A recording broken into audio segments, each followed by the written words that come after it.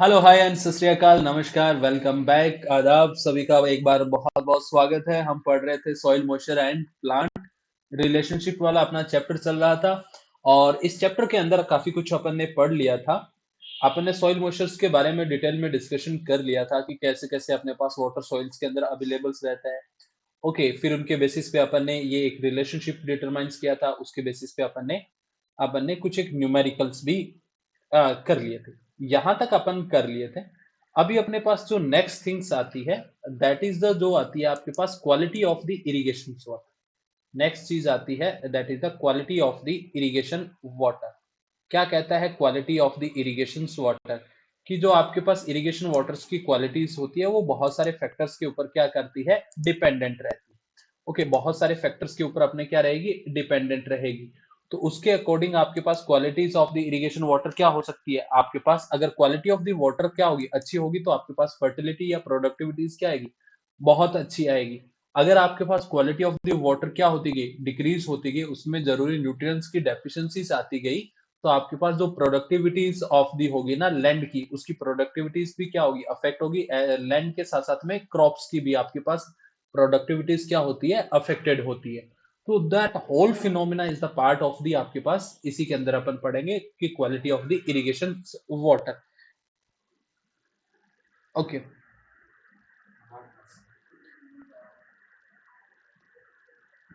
देख ले तू जाके। ओके, तो आपके पास ये सारे सारे फैक्टर्स आपके पास किस पे डिपेंडेंट करते हैं, इरिगेशन वाटर की क्वालिटी पे। कि लैंड की आपके पास क्या है, कि साल्ट टॉलरेंस की कैपेबिलिटीज कितनी है आपके पास, उसके अंदर आपके पास प्रोडक्टिविटीज कितनी है, फर्टिलिटीज कितनी है, आपके पास क्वालिटी ऑफ दी, तो उसके अंदर पीएच वैल्यूज के ऊपर भी बहुत सारे सेडिमेंट्स या कंसेंट्रेशन अलग अलग चीजों के ऊपर अपने पास डिपेंडेंट रहती है। ओके, तो अगर अपन बात करें अपने पास, तो पहले अपने पास बात कर लेते हैं सुटेबिलिटीज ऑफ दी, अपन बात कर लेते हैं suitabilities of the, suitabilities of the irrigation water, suitabilities of the irrigation water, irrigation water, suitabilities of the irrigation water. Okay, suitabilities of the irrigation water. Okay, तो अगर अपन बात करें suitabilities of the irrigation water, it can be, it can be expressed expressed as as suitability of irrigation water, SIW। आपके पास these are the factors of the, आपके पास quality of the irrigation water, कि आपके पास जो lens है, आपके पास जिस lens के लिए किसी पर्टिकुलर क्रॉप्स के लिए अपन जो वाटर यूज कर रहे हैं, दैट शुड बी सुटेबल और नॉट सुटेबल। ये चीजें अपन को सारी क्या होनी चाहिए, पता होनी चाहिए। दैट द फर्स्ट टाइप से होता है आपके पास, ये first factor that affect the suitabilities of the irrigation water is that, आपके पास first factor which is affecting the suitabilities को कौन कौन सा अफेक्टेड कर रहा है आपके पास। Okay, the first is the quality of the irrigation water. First is the quality of irrigation. Second is the soil type. Third is the आपके पास salt tolerance characteristics of the soils. Whereas the आपके पास next is the climatic factor, कि अलग अलग सर्दी गर्मी के हिसाब से या मानसून सीजन्स के अंदर आपके पास अलग अलग क्रॉप्स के क्या होंगे, क्लाइमेट फैक्टर्स भी अपने पास डिपेंडेंट करता है। साथ के साथ अगर अपन बात करें तो आपके पास the last but not least is the, आपके पास ड्रेनेज ऑफ द सॉइल्स। ये सारे के सारे क्या है, फैक्टर्स है which can be affect the suitabilities of the soils. कि अगर आपके पास सिंपल सा इरिगेशन वाटर किसी पर्टिकुलर क्रॉप के लिए अपन देख रहे हैं ये सुटेबल्स है या नहीं, तो ये 5 फैक्टर अपन क्या करेंगे, ध्यान में रखेंगे। First is the, first factor कौन सा है, okay, first factor that is the quality of the water. तो quality of irrigation water, first is the quality of irrigation water. ठीक है, अपने पास बेसिकली अपने पास फर्स्ट देखेंगे कि क्वालिटी ऑफ इरिगेशन वाटर कैसा है, कि उनके अंदर सॉल्ट है, सेडिमेंट है, सस्पेंडेड इम्प्योरिटीज है, या आपके पास उसका पीएच वैल्यूज क्या है, आपके पास हाईली एल्कलाइन है, सलाइन वाटर है, एसिडिक बेसिक है ना, उस नेचर्स को अपन देखेंगे। Okay, number two is the आपके पास, number two is the soil type, soil type. Okay, next is the capital P is the salt tolerance, salt tolerance, tolerance, character, character of the plant. Next आपके पास आता है C is the climatic factor, climate, climate factor,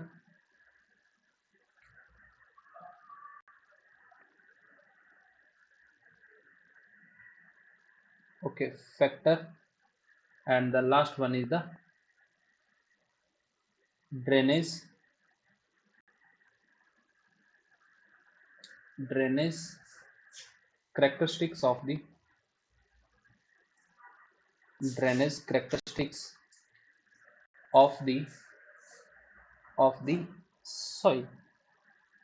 देखो भाई साहब ये कैसे depend करता है सुटेबिलिटीज ऑफ दी, पहला तो एक बार quality of the irrigation water तो अपने पास बाद में डिस्कशन करेंगे, पहले बात करते हैं सोइल टाइप्स। सोइल्स कुछ होती है हाईली पोरस होती है, कुछ लो पोरस होती है ना, कुछ हाईली परमिएबल्स होगी, कुछ हाईली इम्परमिएबल्स होगी, कुछ एक सॉइल्स के अंदर पानी ज्यादा देर ड्रेन रिटेन होता है, कुछ के अंदर कम होता है।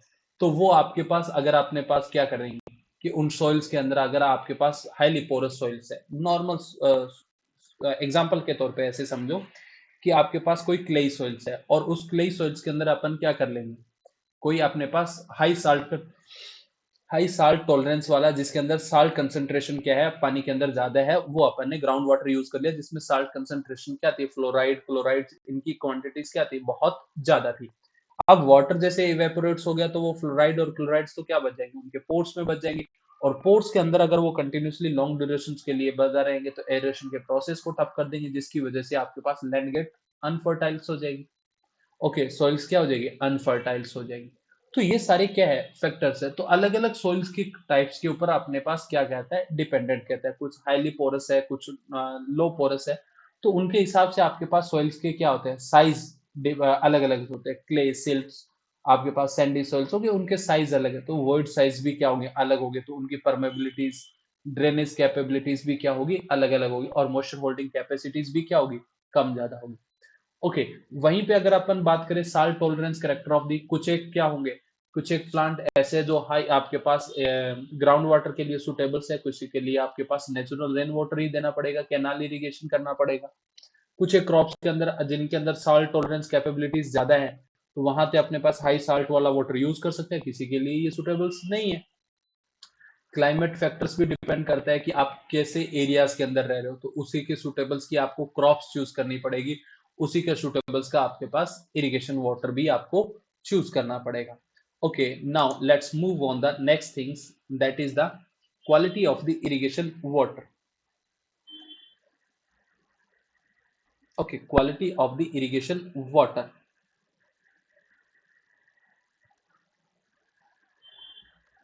Quality,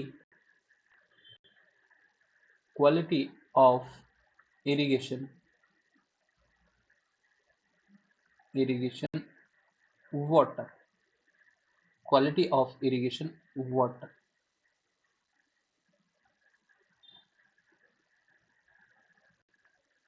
quality of irrigation water. Okay, okay, quality of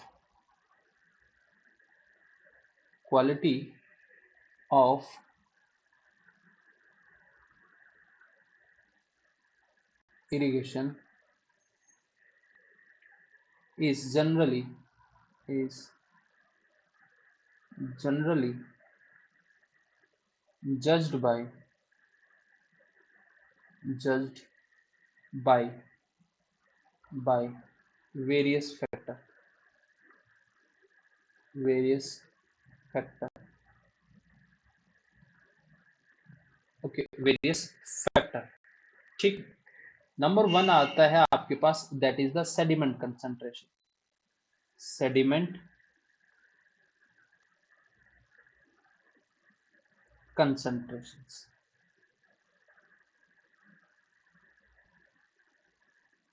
okay, sediment concentration, sediments basically आपके पास अगर अपने पास सेडिमेंट्स की बात करें, तो सेडिमेंट्स बेसिकली आपके पास डिपेंड करता है अलग अलग टाइप्स की सॉइल्स के ऊपर। कैसे? सेडिमेंट्स क्या है बेसिकली, आप ऐसे समझ लो कि various types of the silt particles है, जो आपके पास अलग अलग हो सकता है, नाइट्रोजन के हो सकता है, फॉस्फोरस के हो सकता है, सल्फर, वेरियस न्यूट्रिएंट्स के हो सकते हैं ना। अपने पास सेडिमेंट्स अगर अपन बात करें, तो sediments are the these sandy particles which are comes along the water from the rivers के टू द फील्ड। तो फील्ड के आपके पास रिवर वाटर के साथ में आपके पास बहते हुए आए और आपके पास फील्ड के अंदर पहुंच गई, that is known as sediments कहलाते हैं। जो मिट्टी पार्टिकल्स के सोइल्स के पार्टिकल्स आते हैं ना, दैट इज नोन एज आपके पास सेडिमेंट्स कहलाते हैं।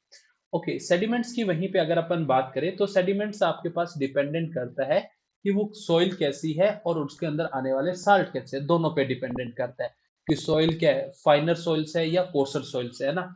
आपके पास अगर आपके पास नॉर्मल बात करें कि अगर मान लो फाइन पार्टिकल्स है, तो फाइन पार्टिकल्स आएंगे, तो फाइन पार्टिकल्स अगर आपके पास वाटर के साथ में आएंगे, वो सॉइल्स की फर्टिलिटीज को क्या करेंगे, इंप्रूव करेंगे। वहीं पे कोर्सर सेडिमेंट्स क्या करेंगे, आपके पास उसकी फर्टिलिटीज को क्या करते हैं, रिड्यूस करते हैं। फर्टिलिटीज का मतलब होता है आपके पास प्रोडक्टिविटीज है, यानी आपके पास उसकी कल्टीवेशन यानी उसको ग्रोथ करने की जो सॉइल्स है उसके अंदर आपके पास उपजाऊपन को क्या कहा जाता है, फर्टिलिटीज ऑफ द सॉइल कहलाती। तो कितनी ज्यादा उसकी फर्टिलिटीज है उस पे ये अपने पास क्या रहता है, डिपेंडेंट रहता है, कि जितनी ज्यादा आपके पास फर्टाइल्स होगी लैंड, उतना ही ज्यादा अपने लिए क्या है, अच्छी है। यानी कहने का मतलब जितना ज्यादा लैंड क्या रहेगा, प्रोडक्टिव रहेगा, उतना ही अपने लिए ये क्या है, अच्छी बात है। क्लियर होगी बात? ठीक है। अब सेडिमेंट्स कुछ एक फाइनर सेडिमेंट्स आते हैं और कुछ एक क्या आते हैं, कोर्सर्स आते हैं। अगर फाइनर सेडिमेंट्स आते हैं तो वो लैंड की आपके पास फर्टिलिटीज को क्या करते हैं, इंप्रूव करते हैं। वहीं पे कोर्सर सेडिमेंट्स आएंगे तो वो आपके पास क्या करेंगे, आपकी उसकी फर्टिलिटीज को क्या करेंगे, अफेक्ट करेंगे। सिंपल सा एग्जाम्पल के तौर पे आप ऐसे समझ सकते हैं, एग्जाम्पल के तौर पे आप ऐसे समझ सकते हैं कि ये अपने पास लैंड थी। अब लैंड्स के अंदर छोटे छोटे आपको भी पता है वॉइड्स हैं, पोरस हैं, ओके पोर्स हैं। ओके, तो अपने पास जैसे ही अपने पास लैंड के वाटर के साथ में क्या है, फाइनर पार्टिकल्स आए और ये फाइनर पार्टिकल्स यहाँ पे आके गिर गए, और कुछ एक पार्टिकल्स वाटर के साथ में अंदर इनफिल्ट्रेट भी कर गए। तो जब इनफिल्ट्रेट होंगे तो पानी के अंदर पानी तो प्लांट यूज कर लेगा, और वो जो सेडिमेंट्स थे वो लैंड के अंदर ही रह जाएंगे। ओके, अब रैन के अंदर रहे तो उन्होंने क्या कर दिया, जो पोर साइज था उनके साइज को क्या कर दिया, रिड्यूस कर दिया। रिड्यूस करने की वजह से आपके पास पार्टिकल्स क्या है, पास पास आए, तो सरफेस टेंशन बढ़ा। सरफेस टेंशन बढ़ने से जो मॉइस्चर होल्डिंग कैपेसिटीज थी सॉइल्स की, वो क्या होगी, इनहेंस होगी। ठीक है, मॉइस्चर होल्डिंग कैपेसिटीज क्या होगी, इनहेंस होगी। ओके, वहीं पे अगर अपने पास कोर्सस पार्टिकल्स आए, तो कोर्सर पार्टिकल अंदर तो जा नहीं पाया, यहीं पे रुक गया। अब जैसे ही प्लांट यहाँ पे निकलने लगा, तो उसने ऊपर से वजन था, उसने निकलने ही नहीं दिया। तो लैंड की अब कंटिन्यूसली वो ब्लॉक, आपके पास जो वर्ड्स था उसको क्या कर देगा, ब्लॉक कर देगा, जिससे एरेशन का प्रोसेस हो जाएगा, सॉइल बिकम इल हो जाएगी, और अल्टीमेटली इट बिकम्स अनफर्टाइल्स हो जाएगी। तो आपके पास बेसिकली सेडिमेंट कंसंट्रेशन क्या करता है, आपके पास लैंड की फर्टिलिटीज को इंप्रूव भी करता है एंड डिक्रीज भी करता है। अगर सेडिमेंट कंसंट्रेशन फाइनस है, then it should helps in the increase the fertilities, whereas if sediments are coarser by nature, then it should reduce the fertility of the soils को क्या करते हैं, कम करते हैं।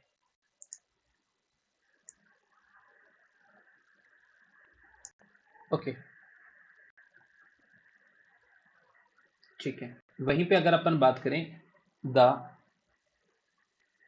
effect of sediment, the effect of sediment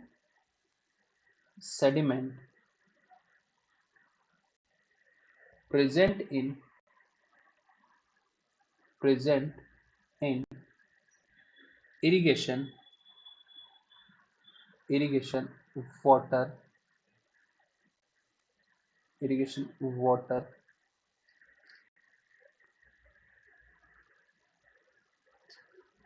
depend upon the depend upon the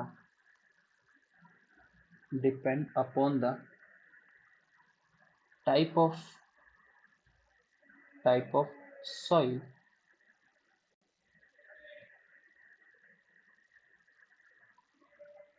type of soil depend upon the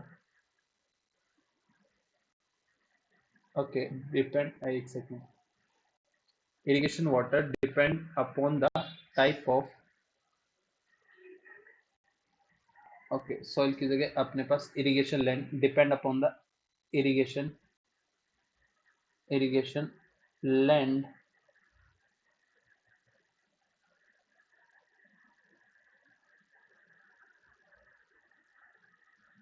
land and the type of the and the types of the solids, types of the solid यानी soil particles, types of the solids. Okay, when fine sediments fine sediment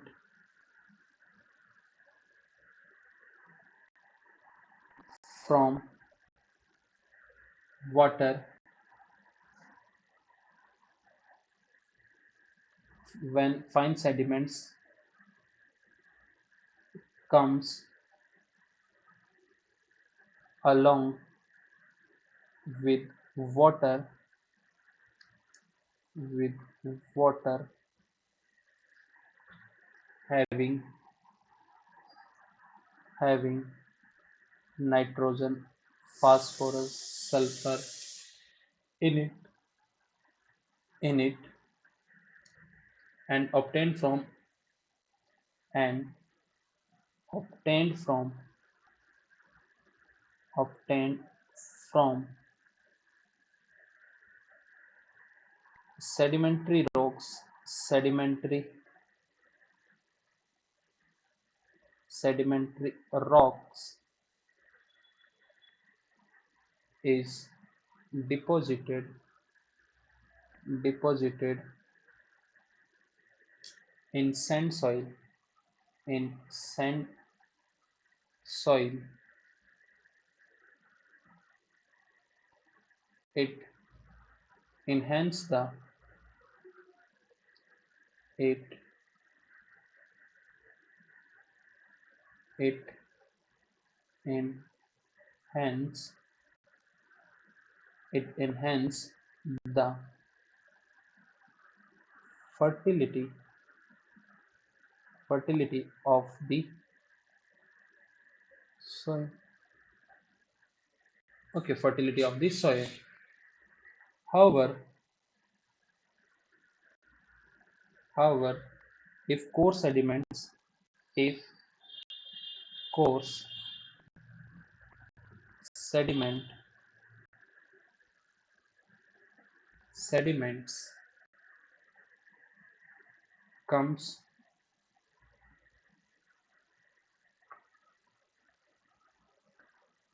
comes along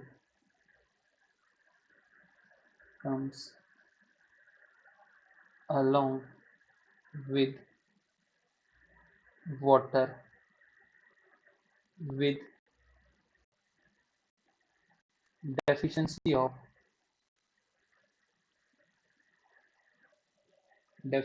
of nitrogen, phosphorus, sulfur in it,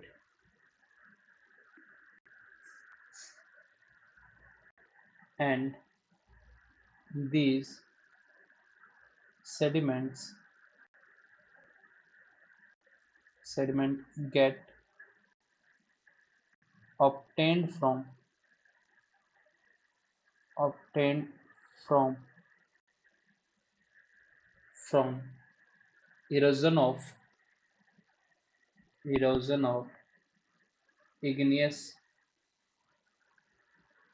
igneous rock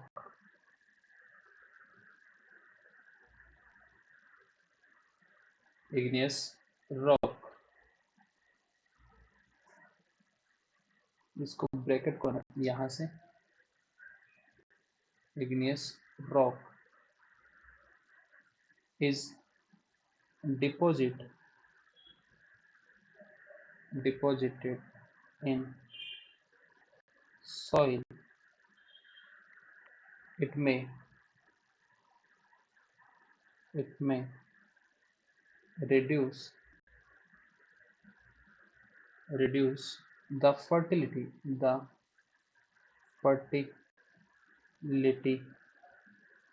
of the soil, fertility of the soils को reduce कर देगा। Okay, fertility of the soils को क्या कर देगा, reduce कर देगा। Okay, clear. Okay, next आपके पास आता है कि अगर अपने पास सिंपल सा है, अपन बात करते हैं कि अपने पास कि अगर आपके पास क्या थे, फाइनल पार्टिकल्स थे, तो उन्होंने तो फर्टिलिटीज को इंप्रूव कर दिया, अगर कोर्सर थे तो वो फर्टिलिटीज को क्या कर देंगे, डिक्रीज कर देंगे। ओके, नेक्स्ट जो आपके पास आता है that is the concentration of the soluble salt, that is the concentration of the soluble salt. Okay, concentration of the number 2 is the concentration of the, यहाँ पे अपने पास नंबर 1 लिखा है ना, ओके नंबर 2 लिख देता हूँ यहाँ पे।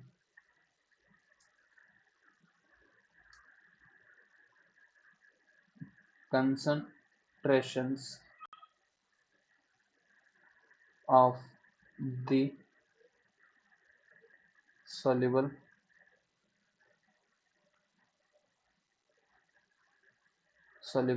salt।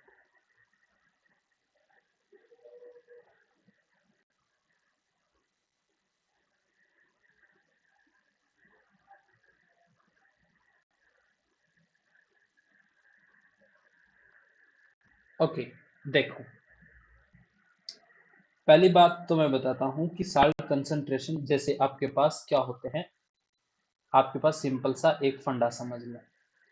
अगर मान लो कि ये आपके पास एग्रीकल्चर लैंड है, ये वो लैंड है जहां पे अपन को क्या करना है, इरिगेशन करना है, ये आपके पास लैंड, ओके ठीक है, ये लैंड्स है। ओके, ये लैंड्स थी अपने पास यहाँ पे अपने पास। अब यहाँ से क्या हुआ, वाटर आया, ओके वाटर आया, और इस वाटर के अंदर आपके पास ये आपके पास यहाँ पे लैंड पे आपने वाटर भर के कर, इस लैंड्स के अंदर पानी के साथ में आपके पास पोटेशियम, सोडियम, मैग्नीशियम और कैल्शियम नामक के जो साल्ट थे वो भी क्या है, इसके साथ है। ओके, जो कैल्शियम, ये आपके पास साल्ट भी इनके साथ में क्या है, बहते हुए फ्लो करते हुए इसके साथ में आ रहे, ठीक है। अगर समटाइम्स अगर ये लिमिटेड क्वांटिटीज के अंदर आ रहे हैं तब तक ये अपने पास किसी भी प्रकार का नुकसान नहीं करेंगे। अगर आप एक्सेस के अंदर आ जाते हैं तो ये लैंड को क्या कर देते हैं, लैंड को अपने पास अनफर्टाइल्स बना देते हैं। then it should become makes the soil unfertile. How they should make the soils unfertile, let's discuss how they will make the soils को अनफर्टाइल कैसे। अब अपने पास ये पानी आया यहाँ पे, ओके समय बीतेगा, टाइम बीतेगा, पानी क्या होगा, अंदर कुछ पानी अंदर इनफिल्ट्रेट हो जाएगा, ओके इनफिल्ट्रेट हो जाएगा, कुछ पानी यहाँ से क्या कर जाएगा, रन ऑफ कर जाएगा, ओके रन ऑफ कर गया, और कुछ पानी यहाँ से इवेपोरेट्स हो गया। जब कुछ पानी यहाँ से आपके पास रन ऑफ कर गया और कुछ पानी यहाँ पे रुक गया ना, तो अपने पास ये पानी यहाँ कुछ पानी तो अंदर चला गया, कुछ पानी इवेपोरेट्स कर गया, कुछ रन ऑफ कर गया। जो पानी अंदर चला गया उसके अंदर ये सोल्यूबल साल्ट भी क्या थे, मिक्स थे, तो वो सोल्यूबल साल्ट भी कुछ एक क्वांटिटीज के अंदर क्या चलेगी, इनके पोर्स के अंदर चलेगी। ठीक है भाई साहब, कोई दिक्कत वाली बात नहीं। फिर पानी इवेपोरेट्स कर गया तो आपके पास पीछे अपन देखेंगे कि इन साल्ट की अपन व्हाइट पीपीटीज यहाँ पे सरफेस के ऊपर अपने पास जमी हुई मिलेगी, क्या मिली होगी, जमी हुई। तो ये आपके पास क्या बन गई, व्हाइट पीपीटी प्रेसिपिटेशंस बन गई, किसकी, साल्ट्स की। ओके साल्ट, अगर आपके पास ये साल्ट यहाँ टॉप लेयर्स पे जमे रहे और कुछ एक साल्ट अंदर चलेगी, तो ये धीरे धीरे क्या करने लग जाएंगे, फूलने लग जाते हैं। क्या लगने जाते हैं, फूलने लग जाते हैं। जैसे जैसे इनके वॉल्यूम्स के अंदर क्या आएगा, चेंजेज आएगा, तो ये जो वॉइड्स था जिसके अंदर ये पानी आया था उसके साथ में आया था, पानी तो क्या करेगा, प्लांट ने यूज कर लिया, साल्ट को पीछे छोड़ दिया, या पानी डीप पर्कुलेशन में चला गया, साल्ट को पीछे छोड़ गया, और या कुछ एक साल्ट यहाँ पे जो इसके अंदर वॉइड्स थे इनके ऊपर आके जमा हो गए। ठीक है, इन पोर्स के ऊपर आके जमा हो गया। अब इन पोर्स के ऊपर जब साल्ट आके जमा हो गया, पानी इवेपोरेट्स हो गया, पीछे क्या बच गया, साल्ट की व्हाइट व्हाइट पीपीटीज बच जाएगी। ठीक है, प्रेसिपिटेट टाइप्स की अपने पास ऐसे पतली सी लेयर्स बच गई। तो अगर अपन उसको ऐसे रब करेंगे तो व्हाइट व्हाइट अपने पास चौक जैसा, चौकी अपने पास पेंट के अंदर अपन चौकी वाला डिफेक्ट्स बढ़ते हैं ना, तो वैसा सा अपन को दिखाई देगा। ओके, तो पानी इवेपोरेट्स कर गया और कुछ एक सरफेस अपने पास पीछे रह गया, है ना। तो अब धीरे धीरे उन्होंने वॉइड्स को क्या कर दिया, बंद कर दिया। और वॉइड्स को बंद कर दिया तो आपके पास एरेशन का जो प्रोसेस था सॉइल के अंदर, वो प्रोसेस क्या हो जाएगा, बंद हो जाएगा। और अगर एरेशन का प्रोसेस बंद हो गया तो धीरे धीरे सॉइल क्या हो जाएगी, अनफर्टाइल होगी, वॉइड ही सारे बंद हो गए। और वॉइड्स बंद हो जाएंगे, अगर वॉइड्स बंद हो जाएंगे तो आपके पास एरेशन। अब अपना नाक बंद कर दो भाई साहब, नाक बंद कर दिया तो सांस कहां से लेंगे, प्राण पखेरु उड़ेंगे ना, तो लैंड क्या हो जाएगी, unfertile. Land becomes ill and finally it becomes unfertile, अनउपजाऊ बन जाएगी। तो सर इससे बचा कैसे जाए, तो इसके लिए अपन क्या करते हैं, लीचिंग करते हैं। कि इस लैंड को अपने पास क्या कर देते हैं, पानी से भर देंगे, इस लैंड को क्या कर देंगे, पानी से भर देंगे, और ये साल्ट पानी में घुल जाएंगे, और तो इसको क्या कर देंगे, ड्रेन ऑफ कर देंगे। तो इस सरफेस के ऊपर साल्ट की कंसेंट्रेशन क्या हो जाएगी, कम हो जाएगी। ठीक है, अब इससे क्या होगा, क्रॉप्स इंजरी होगी, आपके पास क्या होगा, जो आपके पास पोर्स थे उनको क्या कर देंगे, ये चोक कर देंगे, जिससे एरेशन का प्रोसेस क्या हो जाएगा, बंद हो जाएगा। और अल्टीमेटली सॉइल्स बिकम अनफर्टाइल्स। एरेशन का प्रोसेस बंद हो गया तो आपके पास सॉइल में आपके पास क्या होगी, लैंड भी क्या हो जाएगी, अनफर्टाइल्स हो जाएगी। तो how they are the affects the fertility और प्रोडक्टिविटीज ऑफ द आपके पास इरिगेशन लैंड। तो सिंपल सा एक बार मैं दोबारा से हल्का सा फास्ट फास्ट क्विकी सा रिवीजन कर देता हूँ कि अपने पास पानी आया, पानी के साथ में घुलते हुए sodium, potassium, okay, sodium, potassium, calcium और मैग्नीशियम नामक साल्ट भी है। ये पानी के साथ में, पानी के यहाँ टॉप लेयर्स के अंदर कुछ एक पानी तो क्या हो गया, पानी इवेपोरेट्स कर गया, और कुछ पानी डीप परकोलेट कर गया, कुछ एक माना कि रन ऑफ कर गया।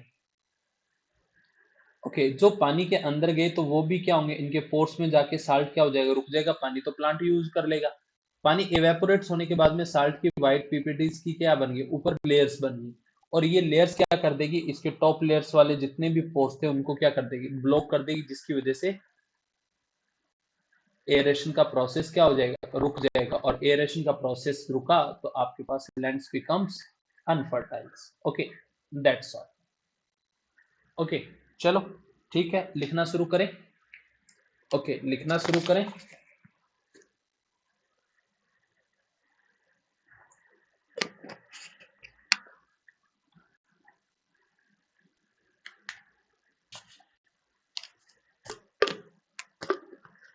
ओके, साल्ट कंसंट्रेशन होती है, वो अपने पास क्या होती है, अपने पास इसमें से आपके पास इलेक्ट्रिक कंडक्टिविटी इसके ऊपर डिपेंड करती है। देखो, ओके, तो अपने पास सिंपल सा क्या लेंगे, एक सॉइल स्पेसिमेंस लेंगे, इससे इलेक्ट्रिक कंडक्टिविटी पास की जाएगी। जितनी ज्यादा इलेक्ट्रिक कंडक्टिविटी पास होगी उतना ही ज्यादा क्या आएगी, साल्ट की कंसंट्रेशन आएगी। ठीक है, क्या आएगी, साल्ट की कंसंट्रेशन आएगी। अगर साल्ट की कंसंट्रेशन आपके पास 700 ppm से ज्यादा आ रही है, then it should be harmful for the some of the crops. अगर साल्ट कंसंट्रेशन 250 ppm से कम आ रही है, then it's suitable for all types of the crops के लिए क्या रहेगा, सुटेबल रहेगा। तो the salt concentration should be measured by the help of the electric conductivity, and electric conductivity should be expressed in the micromole per centimetre के respect में represent किया जाता है। बेसिकली अपने पास इलेक्ट्रिक करंट पास किया जाएगा, साल्ट कंसंट्रेशन जितनी ज्यादा होगी उतना ही करंट क्या होगा, उसमें से ज्यादा पास होगा। ठीक है, चलो भाई करें, नोट करना शुरू करते हैं। Okay,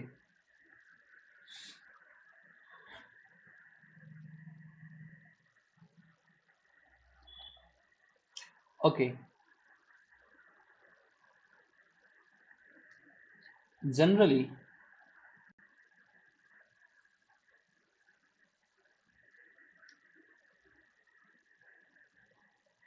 generally salt of calcium, magnesium, potassium, sodium are present in are present in present in irrigation irrigation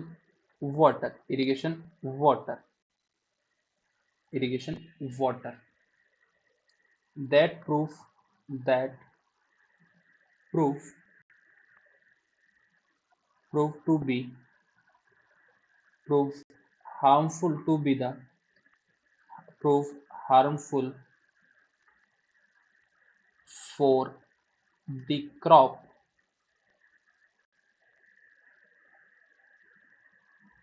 and land as as if its concentration its concentrations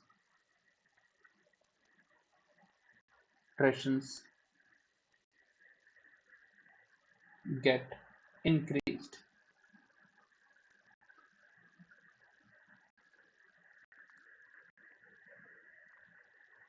It leads to it leads to injury injuries की हो गया illness of the crops लिखा ना बीमार कर देगा illness of the crop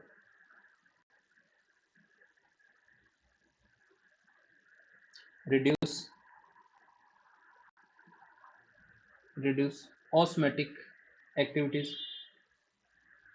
osmotic mastic activities osmotic activities salt की layers को ब्रेक करने में दिक्कत आने लग जाएगी ऑस्मेटिक और प्लांट को पानी नहीं मिलेगा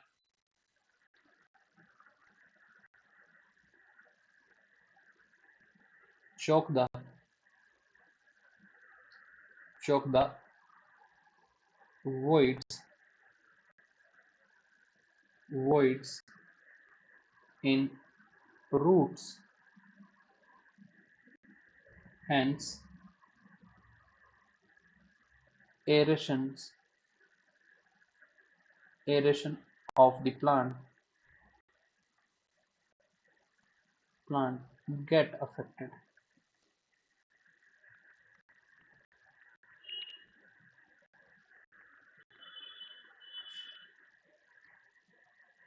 Okay,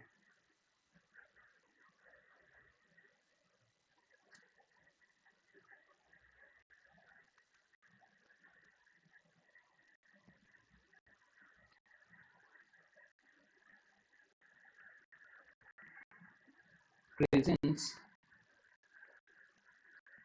of salt in excess is injurious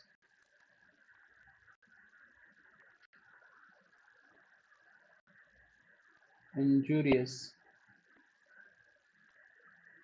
to the to the plant because these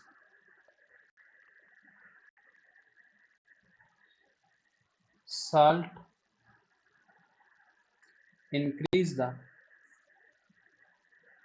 increase the soil moisture soil moisture stress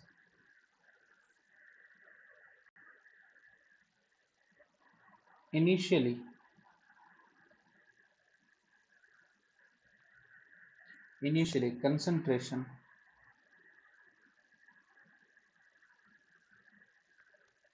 concentration of irrigation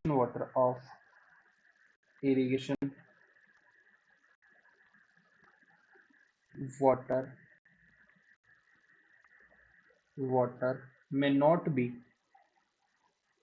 may not be harmful harmful but with the passage of time with the passage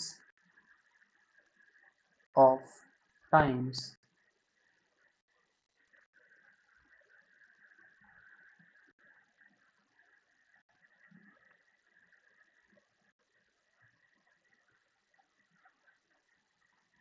it become harmful.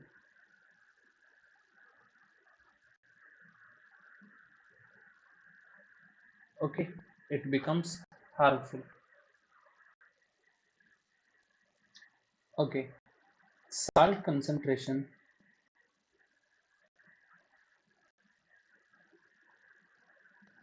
salt concentrations measured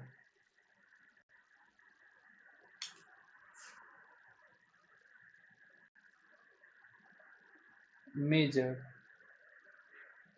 by determining the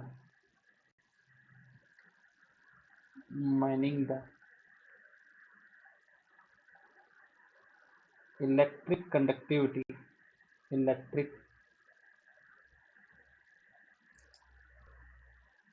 electric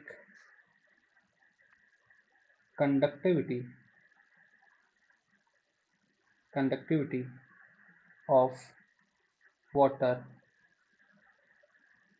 water salt and it expressed as micromole per centimeter micromole centimeters. Okay, वहीं पे अगर अपन बात करें वहीं पे अगर अपन बात करें तो इसको रिप्रेजेंट्स करने के लिए एक फॉर्मूला है. ओके, फॉर्मूला क्या कहता है? Salt concentration C S is equal to C naught cube upon में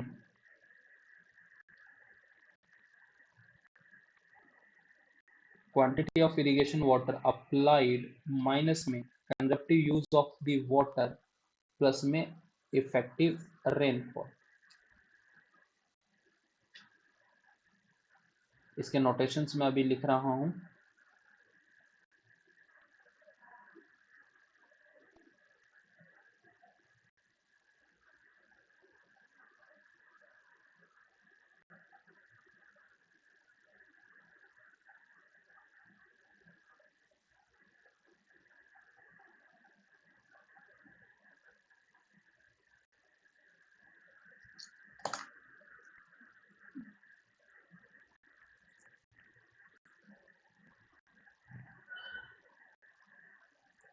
Okay, whereas the CS is the salinity salt concentration. CS is the salt concentration of the irrigation water. Salt concentrations of irrigation water of soil solution ले लो या irrigation water ले लो. soil solution का मतलब irrigation water plus soils होगी ना. सी naught क्या है? Concentration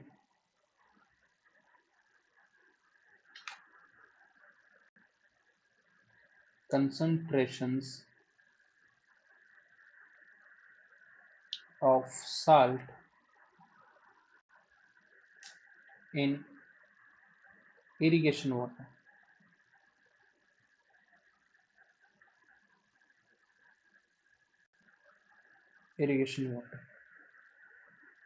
क्यों क्या है? Quantity of the water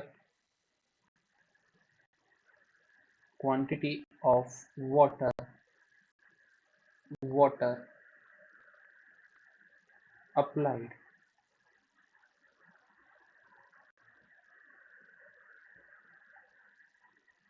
are क्या है?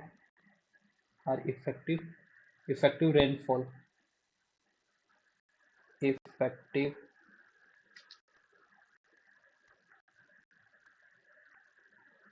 effective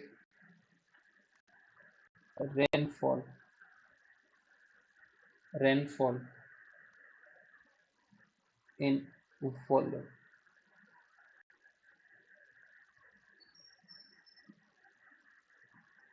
Conjunctive use of water conjunctive use पता है, इवेपोट्रांसपिरेशनल नीड्स को फुलफिल करने के लिए conjunctive use of water. Okay, these are the notations for this. Okay, अपन को पता है कि आपके पास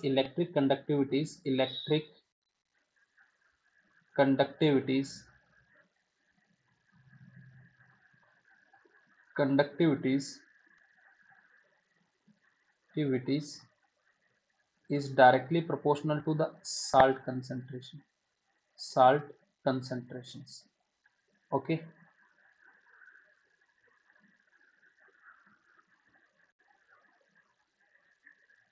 ठीक है। इलेक्ट्रिक कंडक्टिविटीज की यूनिट है माइक्रोमो पर centimetre.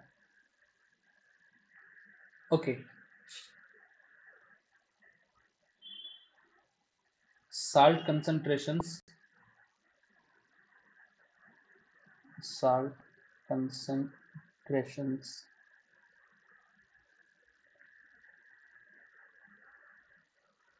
is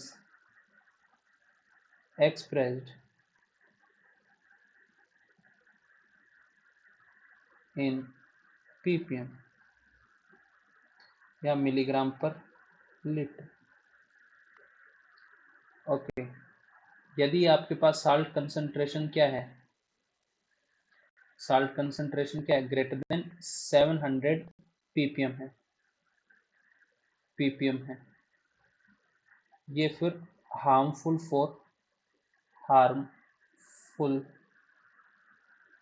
for some crops. Okay, अगर आपके पास ग्रेटर देन 2000 है, then it become harmful for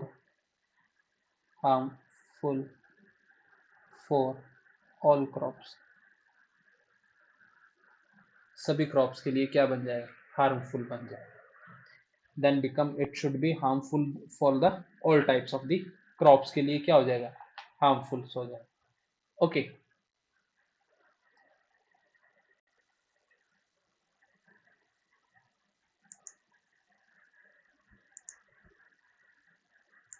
okay, अगर आपके पास इसके लिए एक छोटी सी टेबल्स है,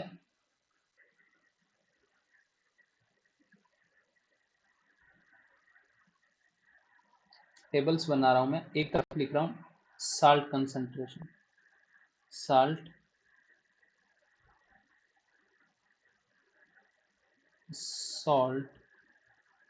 कंसंट्रेशंस किस में आएगी, माइक्रोमो पर सेंटीमीटर। दूसरा इनकी क्लास, तीसरा इनका यूजेस।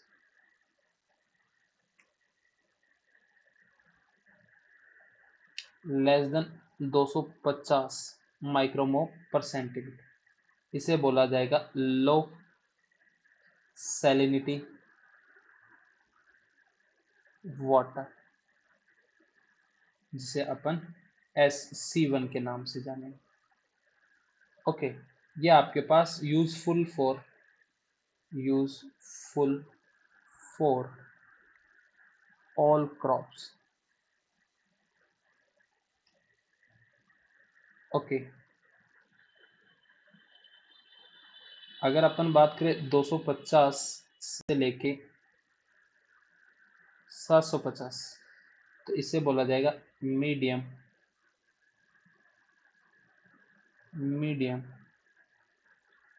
सैलिनिटी वाटर, इसकी क्लास होगी C2। सैलिनिटी के ऊपर स्पेलिंग गलत लिख दी है,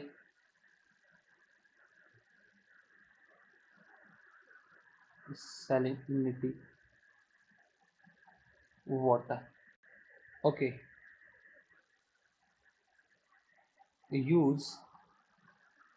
useful full use for some crop and with use also with कुछ के अंदर हाई टॉलरेंस साल्ट कैपेबिलिटीज होती है ना, उनके लिए तो आपके पास ये क्या है, सुटेबल्स है। यूजफुल फॉर, अपने पास पूरे लिख देता हूँ ना, useful for high salt tolerance capable salt plant, useful for high salt tolerance plant and use after leaching. Leaching आपको अभी बताई थी, लेकिन इसको डिटेल्स के अंदर मैं तुम्हें जो आपके पास water logging and reclamation of the soils वाला टॉपिक पढ़ूंगा वहां पे लिख पाऊंगा, है ना। बता तो मैंने यहाँ पे दी थी कि लैंड को पानी से भर दिया, साल्ट मिक्स हो गया, पानी को ड्रेन आउट कर दिया। ओके, फिर आता है 750 से लेके 2250 तक, 2250 तक। ओके, इसे बोला जाता है हाई सैलिनिटी वाटर, इसे अपन C3 करेंगे। इसके लिए आपके पास लीचिंग करना मैंडेटरी है ना। यूज विद स्पेशल ट्रीटमेंट, जिसे एडवांस्ड लीचिंग वगैरह करके स्पेशल ट्रीटमेंट्स। फिर आता है number 4, greater than 2250, very high salinity water.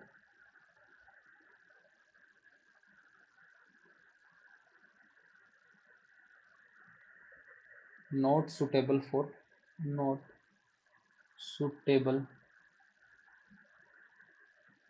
For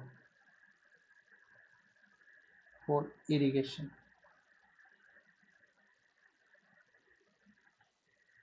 ये आपके पास इरिगेशन के लिए सुटेबल ही नहीं।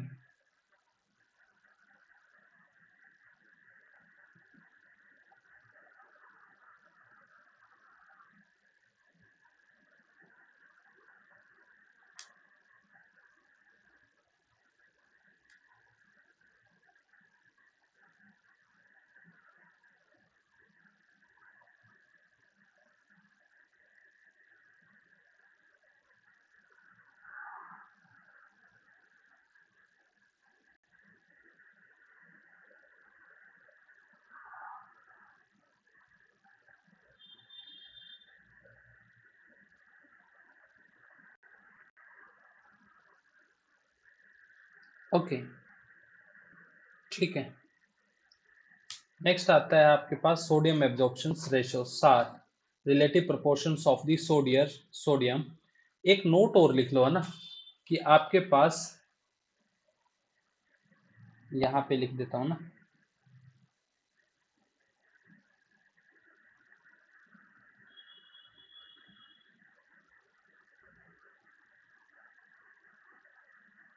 Note. Okay, maximum pH value 11 is 11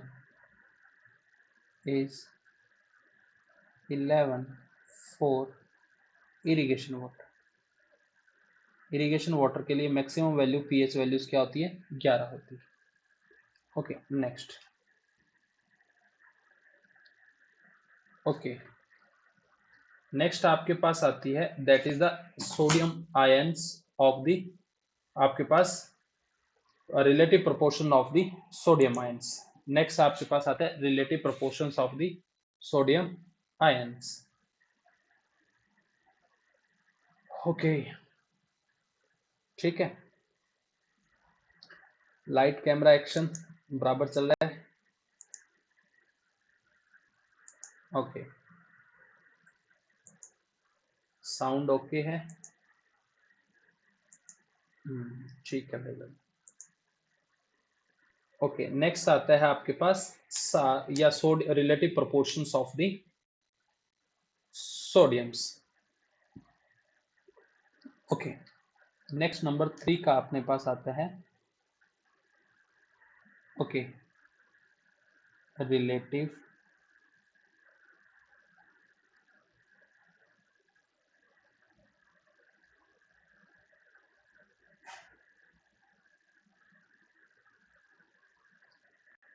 relative proportions portions of sodium ions। देखो भाई साहब क्या है, देखो अपन ने अभी देखा था नॉर्मली सिंपल सा, ठीक है, अभी अपन ने देखा था कि अपन ये देख रहे थे कि different different types of the salt type किसके फॉर्म में, सोडियम के फॉर्म में, पोटेशियम के फॉर्म में, कैल्शियम के फॉर्म में और मैग्नीशियम के फॉर्म्स के अंदर साल्ट है। अब इस सोडियम का proportion in rest of the compounds के कंपैरिजनली जब अपन देखते हैं कि सोडियम का प्रोपोर्शन अगर कंटिन्यूसली अगर आपके पास क्या है बढ़ता जाए, सोडियम का प्रोपोर्शन क्या होता जाए कंटिन्यूसली अगर आपके पास क्या है बढ़ता जाए, तो आपके पास क्या होता है सिंपल सा कि आपके पास सिंपल सा क्या होगा कि इसमें बेस एक्सचेंज रिएक्शन स्टैब्लिश हो जाएगी, क्या हो जाएगी base base exchange reaction establish हो जाएगी। बेस एक्सचेंज रिले अगर अपन देखा जाए कि सिंपल सा है कि अगर आपके पास नॉर्मली आपके पास सोडियम प्रोपोर्शंस क्या आना चाहिए, जनरल सोडियम प्रोपोर्शंस की वैल्यू आपके पास 5% तक रहनी चाहिए। अगर ये वैल्यूज ग्रेटर देन 10% हो जाती है, ग्रेटर देन इक्वल्स टू क्या हो जाती है 10% हो जाती है, तो सिंपल क्या होगा एक मिनट।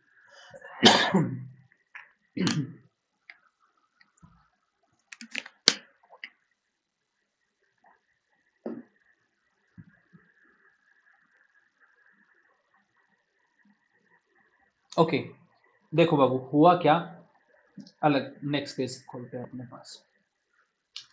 अगर अपने पास बात करें यहाँ पे अपने पास ये आपके पास क्या थी लैंड थी, इस लैंड के ऊपर आपने वाटर इरिगेट किया, वाटर इरिगेट किया और वाटर इरिगेशन करने के बाद में वाटर तो क्या हो गया कुछ इवेपोरेट्स हो गया और कुछ क्या कर गया इनफिल्ट्रेट कर गया। ओके, इनफिल्ट्रेट कर गया। अब जब पानी तो चला गया तो अपने पास पीछे कुछ एक साल्ट इसके सरफेस के ऊपर छोड़ गया, कुछ एक साल्ट इनके सरफेस के ऊपर छोड़ गया। कौन कौन से साल्ट छोड़ गया, एक तो छोड़ गया सोडियम, एक छोड़ गया पोटेशियम, एक छोड़ गया कैल्शियम और एक छोड़ गया मैग्नीशियम। अब इन तीनों के रेस्ट ऑफ द कंपेरिजनली देखा गया तो सोडियम का प्रोपोर्शन क्या होने लग गया, इन कैल्शियम और मैग्नीशियम के कंपेरिजनली सोडियम का प्रोपोर्शन क्या हो गया कंटिन्यूसली बढ़ता गया। ओके, जब सोडियम का प्रोपोर्शन अगर आपके पास कंटिन्यूसली बढ़ेगा तो आपके पास कंटिन्यूसली अगर सोडियम का प्रोपोर्शन बढ़ेगा तो आपके पास यहाँ पे बेस एक्सचेंज रिएक्शन स्टैब्लिश हो जाएगी, क्या हो जाएगी बेस एक्सचेंज रिएक्शन स्टैब्लिश हो जाएगी। बेस एक्सचेंज रिएक्शन स्टैब्लिश होने के बाद में आपके पास सॉइल्स का क्या होने लग जाता है एग्रीगेशन होने लग जाता है, क्या होने लग जाता है एग्रीगेशन। एग्रीगेशन बेसिकली क्या है कि सोइल सोडियम क्या करेगा, जो सोइल पार्टिकल्स है ना, सोइल पार्टिकल्स को और क्या करने लग जाएगा ब्रेक करने लग जाएगा। सोडियम आपके पास सोइल पार्टिकल्स को क्या करने लग जाएगा, सोइल पार्टिकल्स को ब्रेक करने लगेगा। सोइल पार्टिकल्स को क्या किया उसने, सोइल पार्टिकल्स को क्या किया पार्टिकल्स को ब्रेक कर दिया। ओके, अब अगर इसने सोइल पार्टिकल्स को ब्रेक कर दिया तो आपके पास एक नॉर्मल साइज का एग्रीगेट था, सॉरी सोइल पार्टिकल्स था, उसको इसने क्या कर दिया चार टुकड़ों के अंदर या आपके पास छह टुकड़ों के अंदर या आठ टुकड़ों के अंदर क्या कर दिया डिवाइड कर दिया छोटे छोटे। अब अगर आपने उसको ये ब्रेक कर दिया तो आपके पास ऐसे समझो कि ये आपके पास इसके क्या थे वॉइड्स थे। ओके, अब वॉइड्स थे, अब इस वॉइड्स के अंदर आपके पास बेस एक्सचेंज रिएक्शन हो चुकी है स्टेब्लिश और आपने इस पार्टिकल इसने सॉइल पार्टिकल्स को क्या कर दिया ब्रेक करना स्टार्ट कर दिया। अगर वो ब्रेकिंग कंटिन्यूसली चलती रहेगी तो ये पार्टिकल्स ब्रेक होके होके इन पोर्स के अंदर ही क्या होने लग जाएंगे जमा होने लग जाएंगे। पोर्स के अंदर जब कंटिन्यूसली वो पार्टिकल्स क्या होंगे जमा होंगे, पोर्स के अंदर क्या होंगे कंटिन्यूसली जमा होंगे, तो इसके अंदर एरेशन का प्रोसेस है वो क्या हो जाएगा बंद हो जाएगा, एरेशन का प्रोसेस क्या हो जाएगा बंद हो जाएगा। ओके, और आपके पास एरेशन का प्रोसेस बंद हो जाएगा और इसकी पीएच वैल्यूज क्या होने लग जाएगी, बेस एक्सचेंज रिएक्शन होगी तो पीएच वैल्यूज क्या हो जाएगी इंक्रीज हो जाएगी। और जैसे एरेशन का प्रोसेस बंद हुआ सांस लेना बंद हुआ और आपके पास पीएच वैल्यूज इंक्रीज होने लगी। तो आपके पास पीएच वैल्यूज क्या है, 11 से ऊपर चले जाएगी और सोइल्स बिकम्स क्या हो जाएगी, एल्कलाइंस हो जाएगी, सोइल्स क्या हो जाएगी, एल्कलाइंस हो जाएगी। और ये ब्लैक कलर्स के अंदर क्या हो जाएगी, कन्वर्ट हो जाएगी, ब्लैक कलर्स के अंदर क्या हो जाएगी, कन्वर्ट। और जैसे ब्लैक कलर्स के अंदर कन्वर्ट हुई, सोइल्स बिकम अनफर्टाइल। सिंपल सा क्या हुआ कि आपके पास साल्ट कंसंट्रेशन थे, सोडियम, कैल्शियम, मैग्नीशियम, पोटेशियम। तो इनके कंपेरिजनली जब सोडियम का प्रपोर्शन क्या हुआ, कंटिन्यूसली इंक्रीज हुआ, तो इनके बीच में बेस एक्सचेंज रिएक्शन एस्टेब्लिश हुई, जिससे आपके पास जो सॉइल पार्टिकल, ये सोडियम क्या करेगा, एडजेसेंट के जितने भी सॉइल पार्टिकल्स होंगे उनको क्या करने लगेगा, ब्रेक करने लगेगा। ब्रेक करने में के बाद में वो पार्टिकल जो छोटे छोटे वॉइड्स थे उन्हीं के अंदर जमा होंगे। अब अगर वो कंटिन्यूसली उसके अंदर डिपॉजिट होते रहे तो वो वॉइड्स तो क्या हो जाएंगे, पोर्स तो क्या हो जाएंगे, बंद हो जाएंगे। अगर पोर्स बंद हो गए तो उनको सांस लेने में क्या आएगी, दिक्कत आएगी, तो एयरेशन का प्रोसेस क्या हो जाएगा, खत्म हो जाएगा। अब एरेशन का प्रोसेस खत्म हो गया तो सोइल का जो पीएच वैल्यूज है वो क्या होने लग जाएगी, इंक्रीज होने लग जाएगी। वो लगभग कितनी, 11 या 11 से ऊपर चली जाएगी और सोइल्स बिकम्स ब्लैक कलर्स के अंदर कन्वर्ट हो जाएगी। और ब्लैक कलर के अंदर कन्वर्ट होता है, इसका मतलब सोइल्स बिकम्स अनफर्टाइल हो जाएगी। सोइल क्या हो जाएगी, अनफर्टाइल हो जाएगी, जिसको अपन अपन क्या करते हैं, अपने पास इन कटाइंस के बेसिस पे, अपने पास इन एनाइंस के बेसिस पे अपन क्या करते हैं, इसका देखते हैं कि अगर सोडियम का प्रोपोर्शन देख रहे हैं किसके बेसिस पे, कैल्शियम के, और कैल्शियम के और मैग्नीशियम के बेसिस पे देख रहे हैं ना, दैट इज नोन एज सार वैल्यूज के, लाइक जिसे सोडियम एब्जॉर्प्शन रेशियो अपने पास कहते हैं, जिसको अपन क्या कहते हैं, सोडियम एब्जॉर्प्शन रेशियो कहते हैं। क्लियर है?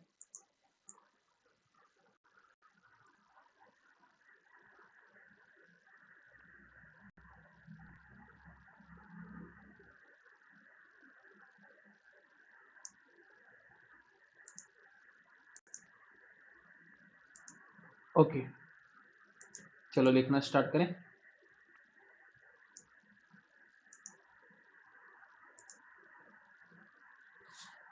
Okay,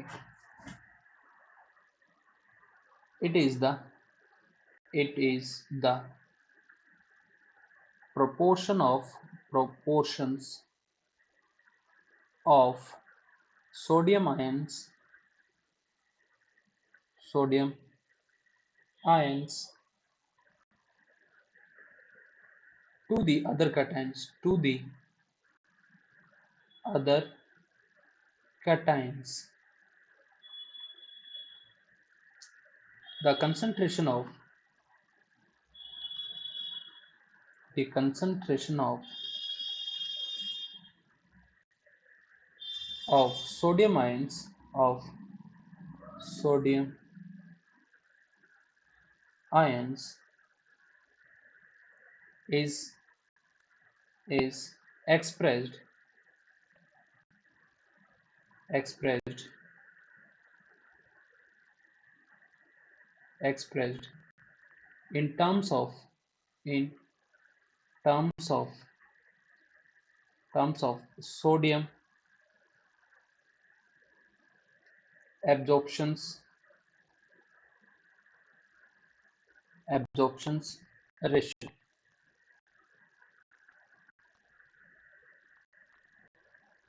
When the percentage of sodium ions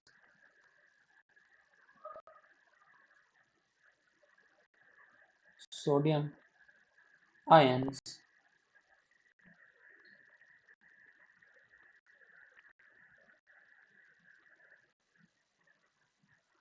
in the total exchangeable exchangeable cations exceed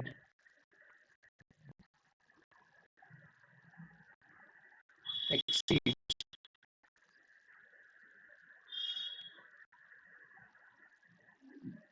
exceed then the exceed then the 10%, the aggregation of soil grain of soil grain soil grains breakdowns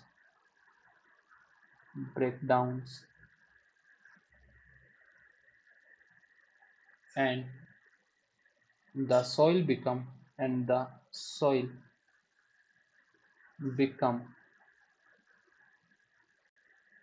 become impermeable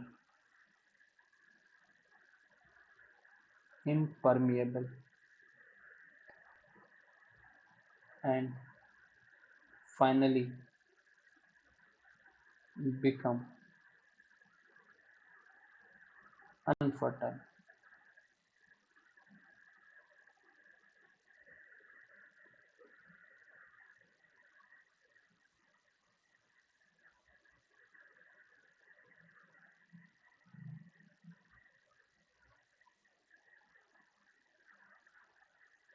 मैं यहाँ पे लिख रहा हूँ aggregations का मतलब है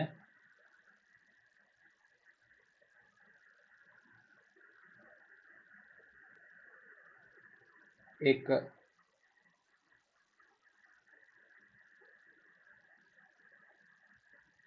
to collect break होके एक जगह पे कलेक्ट हो जाना. Okay. Generally general generally sodium proportion portions should be less than equals to 5%. Okay, it increase the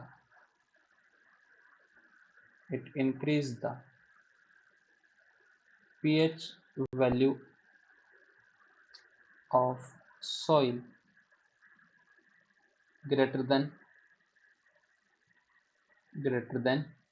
11, so and soil become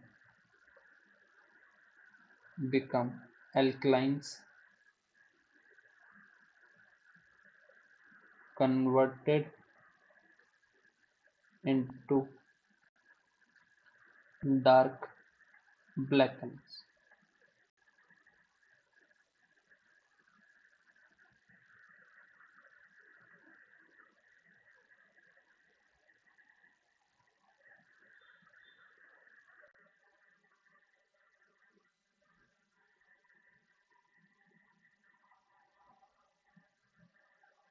Okay,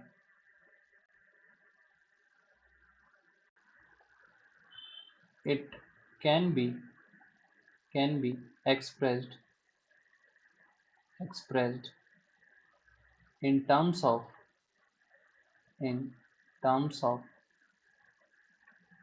sodium absorptions ratio.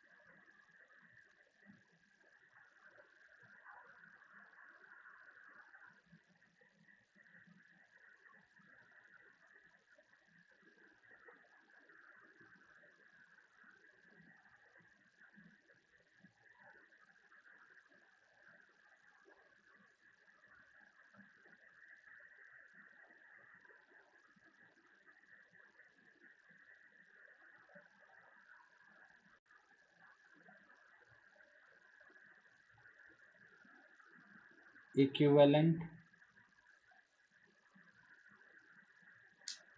per million of sodium.